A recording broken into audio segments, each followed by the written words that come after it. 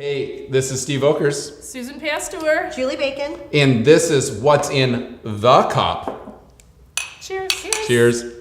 I got it right. So hey, we're talking about networking. Sorry, don't snort it. We're talking about networking events. We talked about sort of anxiety of going, the do's and don'ts.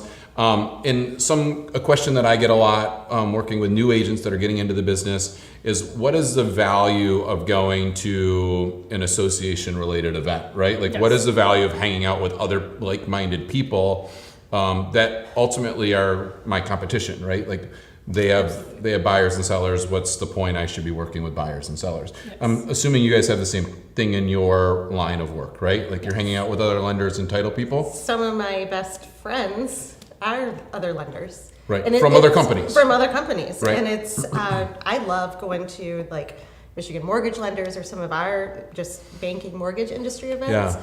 Sometimes it's just to go, yeah, I'm not the only one feeling this way. Right. Yeah. You know, I mean, it's, wow, I'm not the crazy person out here. Right. Yeah. Collaboration always comes up with solutions too. So agents will say to me, why would I come to a WCR event, or why would I go to MAR or NAR or any of those things? When you get to know one another, there's always going to be someone on the opposite side of that transaction. And if there's 5 deals like there were in the spring, Yep. and they're lined up and they say, I know that person, I know they're solid, I met them Good last people. week, Yep. all things being created equal, I want to work with that person. It's a collaborative business, and we just need to. You just yes. put it right there. Yeah. Put it out there. Yeah. So, I mean, I don't remember who told me this, but I've heard this a couple times in the last year, is the real estate agent is just as much my client as my buyer and my seller, Yes. right? Like, and especially in the market that we had this year, when there's 5, 10, 20 offers on a house, if I don't provide the client, the other agent, an opportunity to sell me to their client, I've lost that. But that sale of that agent liking me, or that agent presenting my offer in a way that says Steve's a good agent, or this is a good lender that's attached to the document. Yes. The only way of doing that is networking with them, is participating in life with them, so they feel comfortable with that deal going down, right? Relationship, Yeah, so I have a trust. question for you. I was just talking with a few agents, and they said when they've got multiple offers, they will call the listing agent and sort of give a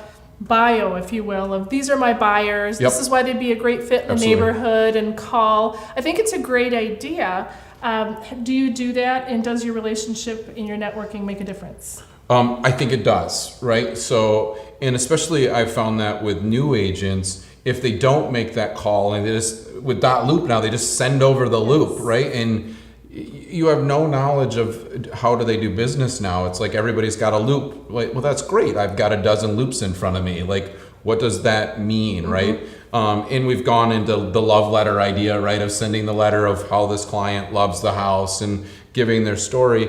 But just as critical is, how is that agent going to manage conflict when conflict occurs, right? So for me, it's emotional. it's interviewing the agent just as much as interviewing the client, right? Like, yes, my buyer or seller makes the ultimate determination on which person they want, but they seek my advice on, have you worked with any of these agents? Sure. And where do they come from? If we have an appraisal issue, if we have a lending issue, if we have a title issue, how are they going to manage that transaction, Yes. right? We've talked, I mean, how would you rather deal with a bad situation? Right.